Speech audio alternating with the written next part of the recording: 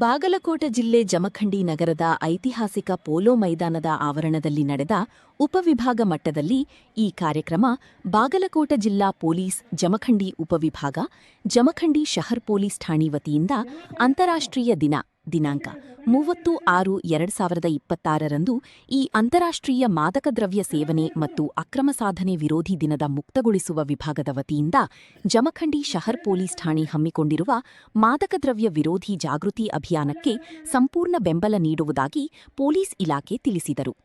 ಕಾರ್ಯಕ್ರಮದ ಅಧ್ಯಕ್ಷತೆಯನ್ನು ಶ್ವೇತಾ ಬೀಡಿಕರ್, ಉಪವಿಭಾಗಾಧಿಕಾರಿಗಳು, ಜಮಖಂಡಿ ತಾಲೂಕಾ ತಹಸೀಲ್ದಾರ್ ಅನಿಲ್ ಬಡಿಗೇರ್ ಹಾಗೂ ನಗರಸಭೆ ಕಮಿಷನರಾದ ಜ್ಯೋತಿ ಗಿರೀಶ್, ಜಮಖಂಡಿ ಡಿವೈಎಸ್ಪಿ ಸೈಯದ್ ರೋಷನ್ ಜಮೀರ್ ಸರ್ ನೇತೃತ್ವದಲ್ಲಿ ನಡೆದ CPI Mallappa Maddi sir, Banahatti CPI sir RR Patil, Mudhol CPI sir M Nagareddy, ನಗರದ ಪಿಎಸ್ಐ ಸರ್ ಅನಿಲ್ ಕುಮಾರ್ ಹಾಗೂ ಗ್ರಾಮೀಣ ಪಿಎಸ್ಐ ಸರ್ ಗಂಗಾಧರ್ ಪೂಜಾರಿ ಮತ್ತು ಸಾವಳ್ಗಿ ಪಿಎಸ್ಐ ಎಟಿಐಗಳಿಗೆ ಎಲ್ಲಾ ಪೊಲೀಸ್ ಸಿಬ್ಬಂದಿ ವರ್ಗ, ತಾಲೂಕಿನ ಎಲ್ಲಾ ವಿದ್ಯಾರ್ಥಿಗಳು ಈ ಕಾರ್ಯಕ್ರಮದಲ್ಲಿ ಭಾಗವಹಿಸಿದರು. ಜಮಖಂಡಿ ಉಪವಿಭಾಗದ ಡಿಎಸ್ಪಿ ಸಾಹೇಬರು ವಹಿಸಬೇಕಂತ ನಮ್ಮ ನಿಮ್ಮೆಲ್ಲರ ಪರವಾಗಿ ಕೇಳ್ಕೊತೀನಿ. ಅವರಿಗೆ ಸಾವಳ್ಗಿ ಪಿಎಸ್ಆರ್ ಅವರು ಗುಲಾಬಿ ಹೂ ನೀಡುವ ಮುಖಾಂತರ ಅವರಿಗೆ ಸ್ವಾಗತ ಕೋರ್ಬೇಕಂತ ಕೇಳ್ಕೊತೀನಿ.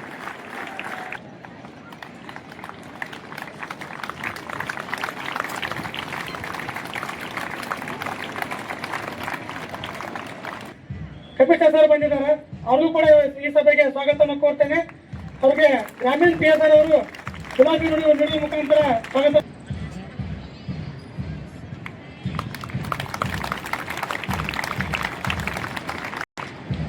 ಈಗ ತಾನೇ ಈ ಸಭೆಗೆ ನಮ್ಮ ಜಮಖಂಡಿ ಉಪವಿಭಾಗದ ಎಸಿ ಮೇಡಮ್ ಅವರು ಬಂದಿದ್ದಾರೆ.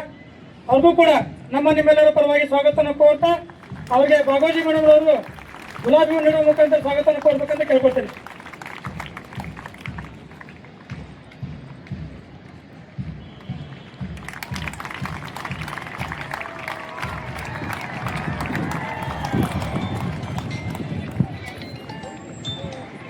ಸ್ವಾಗತ ಕೋರ್ಬೇಕಂತ ಕೇಳ್ಕೊತೇನೆ.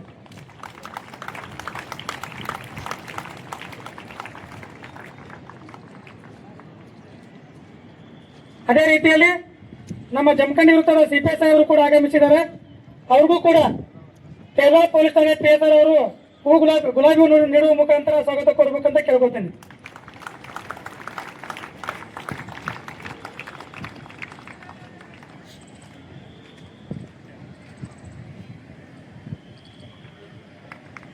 ಅದೇ ರೀತಿಯಲ್ಲಿ ನಮ್ಮ ಜಮಖಂಡಿ ತಾಲೂಕಿನ ಎಲ್ಲ ಶಾಲಾ ಕಾಲೇಜು ಸಭೆಯನ್ನ ಬಿಟ್ಟು ತಾವೆಲ್ಲ ಇಲ್ಲಿ ಕಾರ್ಯಕ್ರಮ ಬಂದಿದ್ದೀರಿ. ತಮ್ಮೆಲ್ಲರಿಗೂ ಕೂಡ ಸ್ವಾಗತವನ್ನು ಕೋರ್ತೇನೆ. ಅದೇ ರೀತಿಯಲ್ಲಿ ಈಗ ತಾನೇ ನಮ್ಮ ಜಮಖಂಡಿ ತಾಲೂಕಿನ ತಹಸೀಲ್ದಾರ್ ಸಾಹೇಬರು ಕೂಡ ಆಗಮಿಸಿದ್ದಾರೆ. ಅವರು ಕೂಡ ಈ ಸಭೆಗೆ ಸ್ವಾಗತವನ್ನು ಕೋರ್ತೇನೆ. ಅವರಿಗೆ ಕೇರಳ ಪಿಎಸ್ಆರ್ ಅವರು ಗುಲಾಬಿ ಹೂ ನೀಡುವ ಮುಖಾಂತರ ಸ್ವಾಗತ ಕೋರ್ಬೇಕಂತ ಕೇಳ್ಕೊತೇನೆ.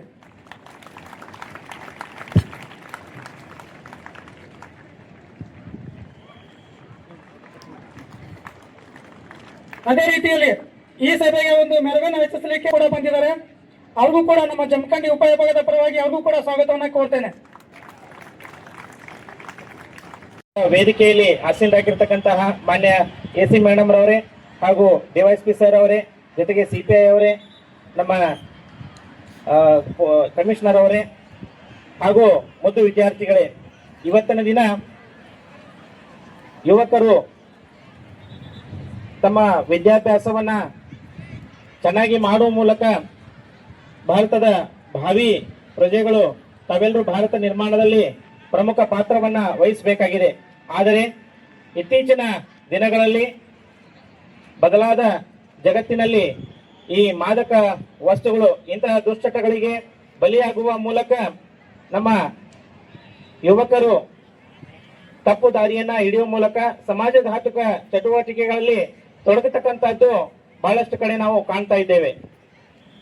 ಅಂತಹ ಘಟನೆಗಳು ಆಗದಂತೆ ಈ ಮಾದಕ ವಸ್ತುಗಳ ಸೇವನೆಯಿಂದ ಆಗ್ತಕ್ಕಂತಹ ಏನು ಅನಾಹುತಗಳಿದಾವ ದೇಹದ ಮೇಲೆ ಮತ್ತು ಮಾನಸಿಕವಾಗಿ ಹಾಗೂ ಸಾಮಾಜಿಕವಾಗಿ ಯಾವ ರೀತಿಯಾಗಿ ಪ್ರಭಾವವನ್ನ ಬೀರ್ತೈತಿ ಹಾಗೂ ಸಮಾಜದಲ್ಲಿ ಒಂದು ಅಶಾಂತಿಯನ್ನ ಉಂಟು ಮಾಡ್ತೈತಿ ಅಂತಕ್ಕಂತಹ ಒಂದು ಜಾಗೃತಿಯನ್ನ ಮೂಡಿಸಬೇಕು ಅಂತಕ್ಕಂಥ ಉದ್ದೇಶದಿಂದ ಇವತ್ತಿನ ದಿನ ಇಷ್ಟು ಸಂಖ್ಯೆಯಲ್ಲಿ ಶಾಲಾ ಕಾಲೇಜುಗಳ ವಿದ್ಯಾರ್ಥಿಗಳನ್ನ ಸೇರಿಸುವ ಮೂಲಕ ಅಲ್ಲಿ ಜಾಗೃತಿಯನ್ನ ಮೂಡಿಸ್ತಕ್ಕಂಥದ್ದು ಈ ಕಾರ್ಯಕ್ರಮದ ಉದ್ದೇಶವಾಗಿದೆ.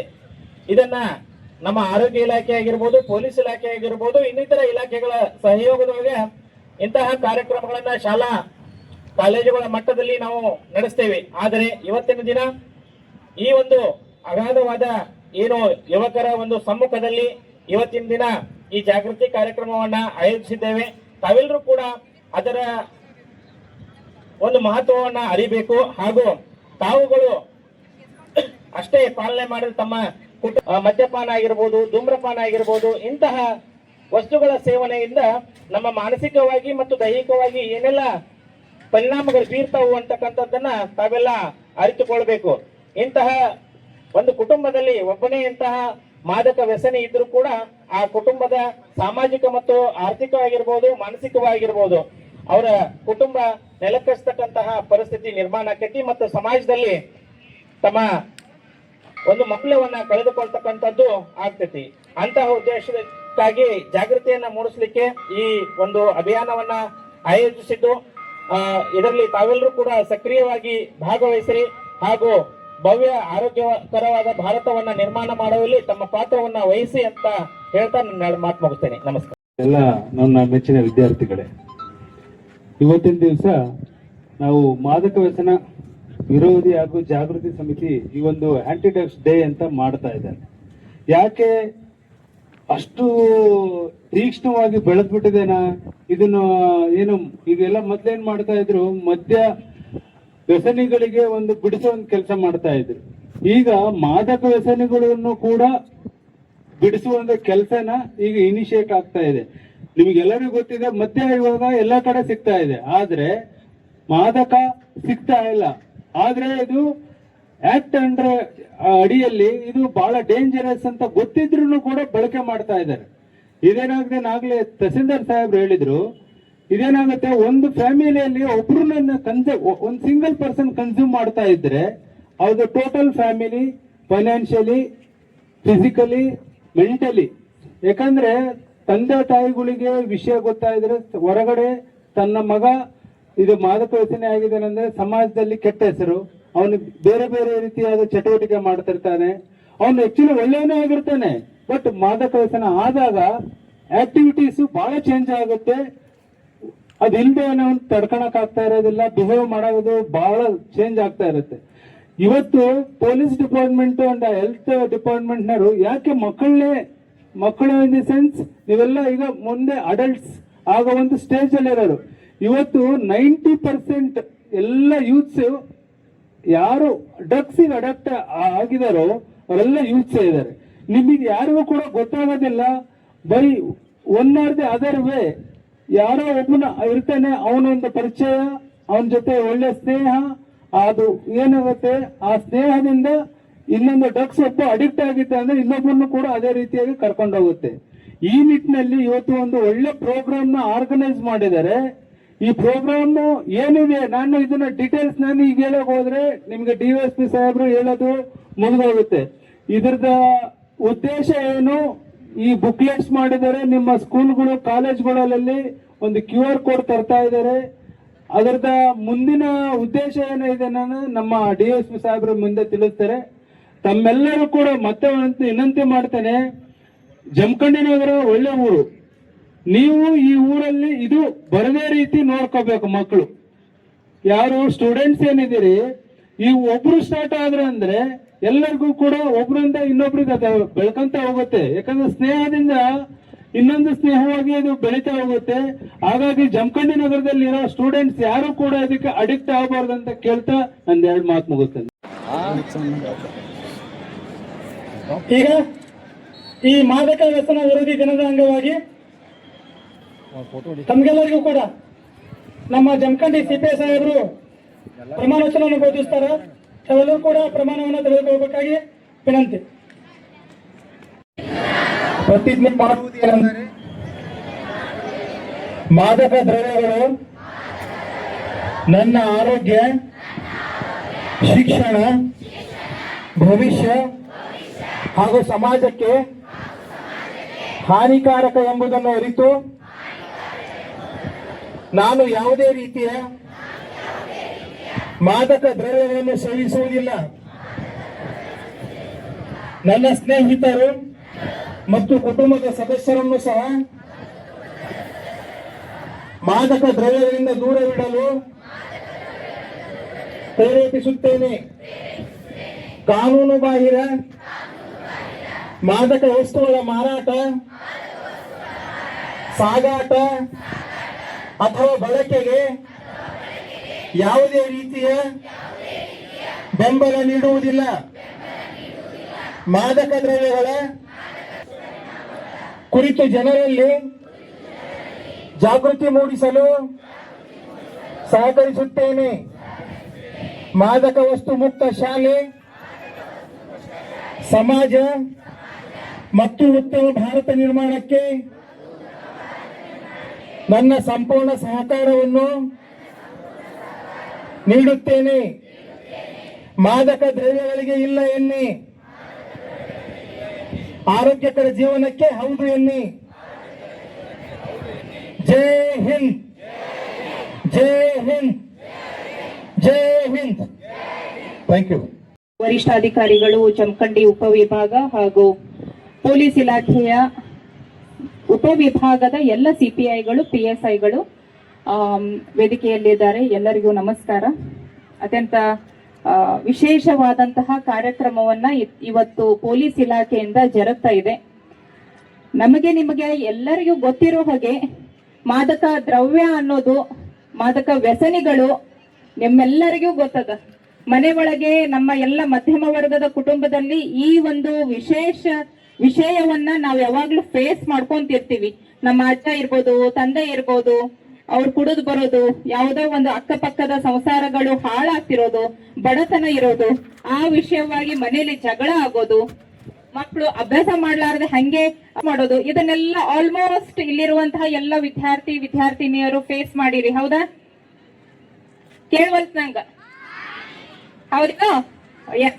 ಸಿ, ನಮ್ಮ ಭಾರತ ದೇಶದ ಭವಿಷ್ಯ ಯಾರು ಅಂತಂದಾಗ ನೀವೆಲ್ಲರನ್ನ ನಾವು ಪಟ್ ಮಾಡಿ ಹೇಳ್ತೀವಿ, ಭಾರತ ದೇಶದ ಭವಿಷ್ಯ ಈಗಿನ ಮಕ್ಕಳು ಅಂತ ಹೇಳಿ. ಮಧ್ಯವಸನಗಳು ಅಂತ ಯಾವಾಗ ಕರಿತೀವಿ ಅಂತಂದ್ರ, of course there are so many drugs, ಬಹಳಷ್ಟು ಡ್ರಗ್ಗಳಿದಾವ. ನನಗ್ ಗೊತ್ತಿಲ್ಲ, ಸಾರಾಯಿ, ಗಾಂಜಾದ ಕಾಯ್ದೆ ಇರೋದ್ರಿಂದ ಒಂದಿಷ್ಟು ವಿಷಯಗಳು ಗೊತ್ತಿದಾವ. ಅದನ್ನ ಬಿಟ್ರೆ ನಮ್ಗೆ ಗೊತ್ತಿಲ್ಲದಿರುವಂತಹ ಡ್ರಗ್ಸ್ ಗಳು ಇಂಟರ್ನ್ಯಾಷನಲ್ ಲೆವೆಲ್ ಅಲ್ಲಿ ಸಿಕ್ಕಾಪಟ್ಟೆ ಮಾರಾಟನೂ ಆಗ್ತಾವ, ಸಿಕ್ಕಾಪಟ್ಟೆ ಯುವ ಪೀಳಿಗೆಯನ್ನ ಧ್ವಂಸ ಮಾಡೋದಕ್ಕೆ ಕಾಯ್ಕೊಂಡು ಕುಂತಿರ್ತವೆ.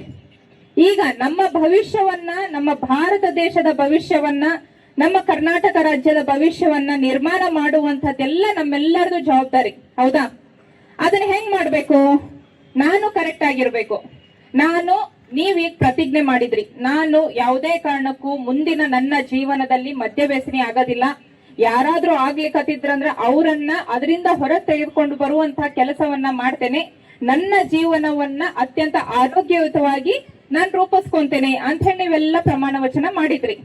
ಸೊ ಇದು ಯಾವಾಗ ಸಾರ್ಥಕ ಆಗ್ತದ ಅಂದ್ರ, ಭಾರತ ದೇಶದೊಳಗಿರುವಂತಹ ಪ್ರತಿಯೊಬ್ಬ ಪ್ರಜೆ, ನಾವು ಬೇರೆಯವ್ರದ್ದು ಕಂಪ್ಲೇಂಟ್ಸ್ ಹೇಳ್ಕೊಂತ ಹೋದಾಗ ನಮ್ಮ ಅಂಗಳದಲ್ಲಿರುವಂತ ಕಸನ ನಾವು ಕೇಳೋದೇ ಇಲ್ಲ. ಹೌದಾ? ಸೊ ಅದಕ್ಕೆ ನಮ್ಮ ಜೀವನವನ್ನ ಆರೋಗ್ಯಯುತವಾಗಿ ಮಾಡ್ಕೋಬೇಕು. ನಮ್ಮ ಜೀವನವನ್ನ ಕ್ರೀಡೆಯಿಂದ, ಶಿಸ್ತಿನಿಂದ, ಡಿಸಿಪ್ಲಿನ್ ಆಗಿ, ನೀವೇನು ಅಭ್ಯಾಸ ಮಾಡೋರಿದ್ರಿ ಅಂತಂದ್ರೆ, ಸ್ಟಡಿ ಮಾಡೋರಿದ್ರಿ ಅಂತಂದ್ರೆ you should have discipline. So ಹಂಗೇನೆ ಜೀವನದೊಳಗೆ ನಾನು ಮದ್ಯವ್ಯಸನ ಮಾಡೋದಿಲ್ಲ ಅನ್ನುವ ಪ್ರತಿಜ್ಞೆಯನ್ನ ಇವತ್ ನೀವು ಹಾಕೊಂಡಿರಿ.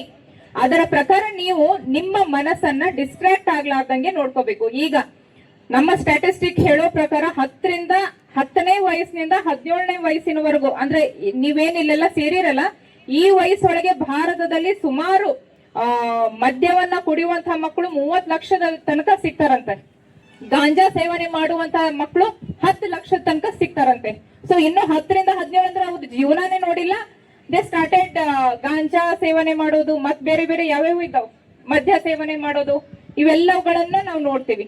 ಸೊ ನಾನ್ ಒಂದೇ ಹೇಳೋದೇನಂತಂದ್ರೆ, ಇವತ್ತು ನಾವೇನ್ ಪ್ರತಿಜ್ಞೆ ಮಾಡೀವಿ, ಉಪವಿಭಾಗ ಮಟ್ಟದಲ್ಲಿ ಏನು ಕಾರ್ಯಕ್ರಮವನ್ನ ಹಮ್ಮಿಕೊಂಡಿದೀವಿ, ಅದೇ ಯಾವುದೇ ಕಾರಣಕ್ಕೂ ನಮ್ಮ ಭಾರತ ದೇಶ, ನಮ್ಮ ಜೀವನ, ನೀವ್ ಹೆಂಗೆ ನಿಮ್ಮ ಜೀವನ, ನಿಮ್ಮ ಓಣಿ, ನಿಮ್ಮ ಕಾಲೋನಿ, ನಿಮ್ಮ ನಗರ, ನಿಮ್ಮ ಊರನ್ನ ಪ್ರೀತಿಸಿ ಆರೋಗ್ಯಯುತವಾಗಿ ಕಾಯ್ಕೊಂತೀರೋ ಆಟೋಮೆಟಿಕ್ಲಿ ದೇಶ ಉದ್ಧಾರ ಆಗ್ತದೆ. ಸೊ ಅದಕ್ಕೆ ನನ್ನ ವಿನಂತಿ, ಮತ್ತೊಮ್ಮೆ ಎಲ್ಲಾ ಮಕ್ಕಳಿಗೆ ನೀವೇನ್ ಪ್ರತಿಜ್ಞೆ ಮಾಡಿರೋ ಅದ್ರ ಪ್ರಕಾರ ನಡಿಬೇಕು. ಮುಂದಿನ ಎಷ್ಟೋ ವರ್ಷದ ದೊಡ್ಡ ಜೀವನ ಇದೆ, 70-80 ವರ್ಷಗಳ ದೊಡ್ಡ ಜೀವನ ಇದೆ. ನಿಮ್ಮ ಜೀವನ ಇತರರಿಗೆ ಮಾದರಿ ಆಗೋ ತರ ನೀವು ಬದುಕಬೇಕು. ಸೊ ಅದಕ್ಕೆ ಇವತ್ತೊಂದು ದಿನ ನಿಮ್ಗೆ inspiration, this is one just an inspiration. ಒಂದು ಅರ್ಧ ತಾಸಿನ ಈ ಸಮಯವನ್ನ ನಾವೇನ್ ಮಾಡ್ತಾ ಇದೀವಿ ಅಂದ್ರೆ, ಮುಂದೆಲ್ಲೋ ನಿಮಗೆ ದೊಡ್ಡವರಾದಾಗ, ಎಸ್ ಮೇಡಮ್ ಹೇಳಿದ್ರು, DSP ಅವರಿದ್ರು, ಅವರೆಲ್ಲರೂ ಹೇಳ್ಯಾರ ನಾವು ಮದ್ಯವ್ಯಸನವನ್ನ ಮಾಡಬಾರ್ದು, ಎಸ್ಪೆಷಲಿ ಗಂಡ್ ಮಕ್ಳು. ಸೊ ಅನ್ನೋದು ನಿಮಗೆ ಎಲ್ಲೋ ಮೋಟಿವೇಶನ್ ಆಗ್ತದ. ಉಪವಿಭಾಗ ಮಟ್ಟದಲ್ಲಿ ಇದೊಂದು ಅತ್ಯದ್ಭುತವಾದಂತಹ ಕಾರ್ಯಕ್ರಮವನ್ನ ಆಯೋಜಿಸಿರುವಂತಹ ಪೊಲೀಸ್ ಸಮಾಜದ ಎಲ್ಲ ವಯಸ್ಸಿನ ನಾವೆಲ್ಲರೂ ಕೂಡ ಏನಿದ್ದೀವಿ, ನಮ್ಮ ಕೂಡ ಒಂದು ಸಾಮೂಹಿಕ ಜವಾಬ್ದಾರಿ ಆಗುತ್ತೆ. ಆ ಒಂದು ನಿಟ್ಟಿನಲ್ಲಿ ನಾವೆಲ್ಲರೂ ಕೂಡ ಈ ಸಮಾಜವನ್ನು ವ್ಯಸನ ಮುಕ್ತ ಸಮಾಜವನ್ನಾಗಿ ಮಾಡಬೇಕಾಗುತ್ತೆ. ಒಂದು ಆರೋಗ್ಯಕರವಾಗಿರ್ತಕ್ಕಂತಹ ಒಂದು ಸಮಾಜವನ್ನು ಕಟ್ಟತಕ್ಕಂತಹ ಕೆಲಸ ಕಾರ್ಯಗಳು ಎಲ್ಲರಿಂದನೂ ಕೂಡ ಆಗ್ಬೇಕಾಗುತ್ತೆ. ಇದು ನಾಟ್ ಓನ್ಲಿ ಪೊಲೀಸ್ ಆಫೀಸರ್ಸ್ ಅಥವಾ ಬೇರೆ ಸರ್ಕಾರಿ ನೌಕರರಿಗೆ ಅಷ್ಟೇ ಸೀಮಿತವಲ್ಲ, ಇದು ಎಲ್ಲರಿಗೂ ಕೂಡ ಒಂದು ಬಹಳಷ್ಟು ಏನಿದೆ ಒಂದು ಜಾಗೃತಿಯಾಗಿ ಇದನ್ನ ತಡೆಗಟ್ಟತಕ್ಕಂತಹ ಕೆಲಸ ಕಾರ್ಯಗಳು ಎಲ್ಲರಿಂದನೂ ಕೂಡ ಆಗ್ಬೇಕಾಗುತ್ತೆ. ವಿಶೇಷವಾಗಿ ನಾವೆಲ್ಲರೂ ಕೂಡ ಹಿಂದೆ ನಾವೆಲ್ಲ ಕೇಳ್ತಾ ಇದ್ದೀವಿ, ಡ್ರಗ್ಸ್ ರಿಲೇಟೆಡ್ ಕೇಸ್ಗಳು ಏನಿದಾವೆ ಅವೆಲ್ಲ ಕೂಡ ಕಾರ್ಪೊರೇಟ್ ಸಿಟಿ ನಲ್ಲಿ ನಾವೆಲ್ಲರೂ ಕೂಡ ಕಾಣ್ತಾ ಇದ್ದೀವಿ, ಮೆಟ್ರೋಪಾಲಿಟನ್ ಸಿಟೀಸ್ಗಳಲ್ಲಿ.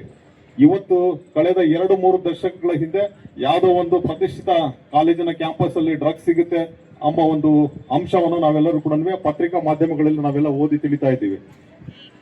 ಇವತ್ತು ಏನಾಗಿದೆ, ಈ ಒಂದು ಗಾಂಜಾ ಸೇವನೆ ಮಾಡ್ತಕ್ಕಂಥವ್ರು ಅಥವಾ ನಾರ್ಕೋಟಿಕ್ ಡ್ರಗ್ಸ್ಗೆ ಸಂಬಂಧಪಟ್ಟಂತೆ ಸೇವನೆ ಮಾಡ್ತಕ್ಕಂಥವ್ರು ಅವೆಲ್ಲವೂ ಕೂಡ ಗ್ರಾಮೀಣ ಪ್ರದೇಶ ಕೂಡ ಬಂದು ತಲುಪಿದೆ. ಕಳೆದ 5 ವರ್ಷಗಳ ಒಂದು ಅಪರಾಧಕ ಪಟ್ಟಿಯನ್ನು ತುಲನೆ ಮಾಡಿ ನೋಡಿದಾಗ ನಮ್ಮ ಒಂದು ಜಮಖಂಡಿ ಉಪವಿಭಾಗದಲ್ಲಿ 3-5 ಕೇಸ್ಗಳು ಆಗ್ತಾ ಇದ್ವು ಗಾಂಜಾ ರಿಲೇಟೆಡ್ ಕೇಸಸ್. ಈಗ ಅದರ 5-6 ಪಟ್ಟಷ್ಟು ಜಾಸ್ತಿ ಆಗಿದೆ. ಅಂದ್ರೆ ಸೇವನೆ ಮಾಡ್ತಕ್ಕಂತಹ ಜನಸಂಖ್ಯೆ ಏನಾಗಿದೆ ಅದು ಜಾಸ್ತಿ ಆಗಿದೆ. ಇವತ್ತು ಶಾಲಾ ಕಾಲೇಜುಗಳ ಹತ್ರನೂ ಕೂಡ ಇದು ನುಸುಳಿ ಬಂದಿದೆ. ಹಾಗಾಗ್ಬಿಟ್ಟು ಶಾಲೆಯಲ್ಲಿ ಇರ್ತಕ್ಕಂತಹ ಮುಖ್ಯೋಪಾಧ್ಯಾಯರು, ಆಡಳಿತ ಮಂಡಳಿಯ ಸದಸ್ಯರುಗಳು, ಆನಂತರ ಶಿಕ್ಷಣ ಪ್ರೇಮಿಗಳು, ಶಿಕ್ಷಕರು, ಆನಂತರ ವಿದ್ಯಾರ್ಥಿಗಳು ಇದ್ರ ಬಗ್ಗೆ ಹೆಚ್ಚು ಜಾಗೃತರಾಗಿರ್ಬೇಕು. ಇದನ್ನ ಯಾವುದೇ ಕಾರಣಕ್ಕೂ ಶಾಲಾ ಕಾಲೇಜುಗಳಿಗೆ ಅಥವಾ ನಮ್ಮ ಒಂದು ಏರಿಯಾಗಳಲ್ಲಿ ಇದು ನುಸುಳಂತೆ ನಾವೆಲ್ಲರೂ ಕೂಡ ಒಂದು ಜವಾಬ್ದಾರಿಯಾಗಿ ನಾವು ಇದನ್ನ ನಿರ್ಮೂಲನೆ ಮಾಡ್ತಕ್ಕಂಥ ಕೆಲಸ ಕಾರ್ಯಗಳು ಎಲ್ಲರಿಂದನೂ ಆಗುತ್ತೆ. ಇದರಲ್ಲಿ 2 ಟೈಪ್ಸ್ ಡ್ರಗ್ಸ್ ಸಿಗುತ್ತೆ. ಒಂದು ಸಿಂಥೆಟಿಕ್ ಡ್ರಗ್ಸ್, ಅಂದ್ರೆ ನಾವು ಇಂಡಸ್ಟ್ರೀಸ್ ನಲ್ಲಿ ಯಾವ ರೀತಿ ನಾವು ಪ್ರಿಪೇರ್ ಮಾಡಿಬಿಟ್ಟು ನಾವೆಲ್ಲ ಟ್ಯಾಬ್ಲೆಟ್ಸ್ ಅಥವಾ ಬೇರೆ ಘನ ಪದಾರ್ಥ ರೂಪದಲ್ಲಿ ನಾವೇನು ಕಾಣ್ತೀವಿ, ಅಂತಹ ಒಂದು ಮೆಡಿಸಿನ್ಸ್ ಕೂಡ ಇವತ್ತು ನಾರ್ಕೋಟಿಕ್ ಡ್ರಗ್ಸ್ ಆಗಿ ಅದನ್ನು ಪ್ರಿಪೇರ್ ಮಾಡ್ತಾರೆ. ಎರಡನೇದೇನಿದೆ, ನ್ಯಾಚುರಲಿ ಅವೈಲೇಬಲ್ ಇರ್ತಕ್ಕಂತಹ ಗಾಂಜಾ ಗಿಡಗಳು ತಾವೆಲ್ಲರೂ ಕೂಡ ನೋಡಿದ್ದೀರಾ, ಅವೆಲ್ಲ ಸಮೃದ್ಧಿಯಾಗಿ ನಮ್ಮ ಪ್ರದೇಶಗಳಲ್ಲಿ ಅವೆಲ್ಲ ಕೂಡ ಬೆಳೀತಾರೆ. ವಿಶೇಷವಾಗಿ ಮಲೆನಾಡು ಭಾಗದಲ್ಲಿ ಅದನ್ನ ಹೆಚ್ಚಿನ ಪ್ರಮಾಣದಲ್ಲಿ ನಾವೆಲ್ಲರೂ ಕೂಡ ನೋಡ್ತಾ ಇದ್ದೀವಿ.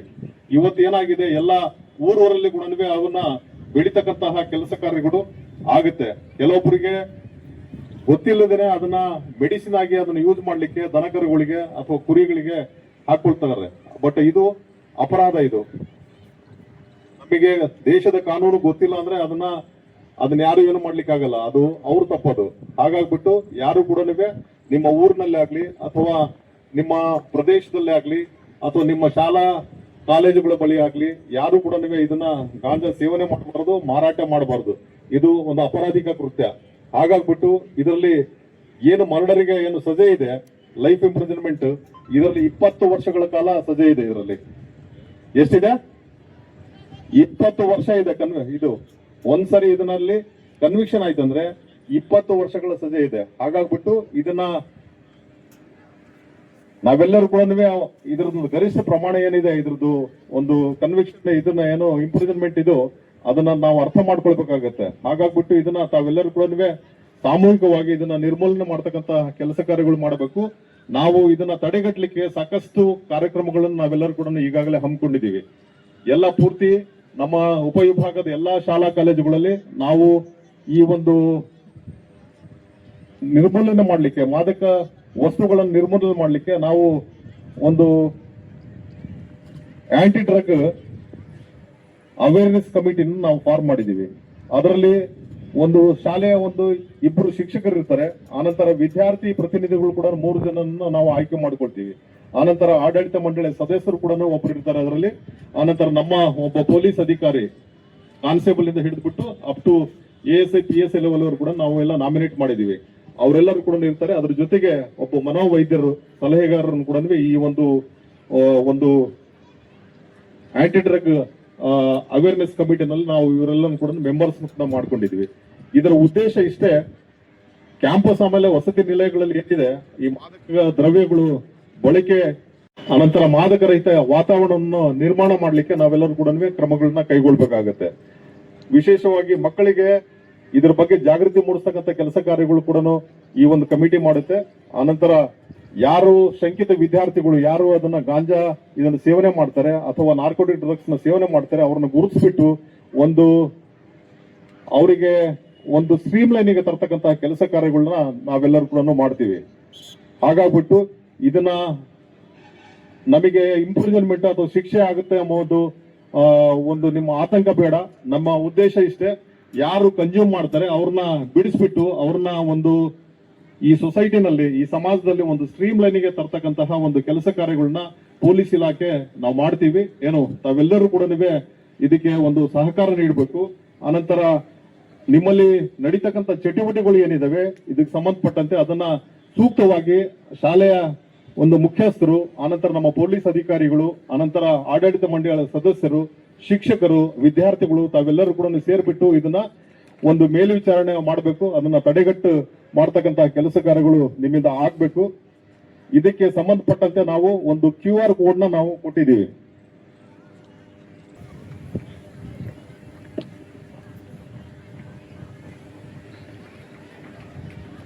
ಈ QR ಕೋಡ್ ಏನಿದೆ ಇದು ನಿಮ್ಮ ಎಲ್ಲ ಶಾಲಾ ಕಾಲೇಜುಗಳಲ್ಲಿ ನಾವು ಇದನ್ನ ಅಂಟಿಸಿರ್ತೀವಿ. ಇದರಲ್ಲಿ ಏನಿದೆ, ನಾವೊಂದು ಡಿಸ್ಟಿಕ್ ಅಲ್ಲಿ ಒಂದು ಆಂಟಿ ಡ್ರಗ್ ಅವೇರ್ನೆಸ್ ಕಮಿಟಿ ಸಂಬಂಧಪಟ್ಟಂತೆ ಒಂದು ವಾಟ್ಸಪ್ ಗ್ರೂಪ್ ನ ಫಾರ್ಮ್ ಮಾಡಿದೀವಿ. ನೀವ್ಯಾರು ಕೂಡ ಆತಂಕಕ್ಕೆ ಒಳಗಾಗೋದು ಬೇಕಾಗಿಲ್ಲ. ತಾವು ಅದನ್ನ QR ಕೋಡ್ ಮೇಲೆ ತಾವು ಕ್ಲಿಕ್ ಮಾಡಿದ್ರೆ ಅದ್ರ ಮೇಲೆ ನಿಮಗೆ ಒಂದು ಫಾರ್ಮೆಟ್ ಬರುತ್ತೆ. ಅದರಲ್ಲಿ ಒಂದು 3-4 ಲೈನ್ ನಲ್ಲಿ ಇರ್ತಕ್ಕಂತಹ ಒಂದು ಇದು ಬರುತ್ತೆ. ನಿಮ್ಮ ಶಾಲೆ ಯಾವುದು ಅಥವಾ ಕಾಲೇಜ್ ಯಾವುದು, ಅದರಲ್ಲಿ ಗಾಂಜಾ ಸೇವನೆ ಮಾಡ್ತಕ್ಕಂಥ ವಿದ್ಯಾರ್ಥಿಗಳ ಹೆಸರನ್ನ ನಮೂದು ಮಾಡಿದ್ರೆ ಸಾಕು.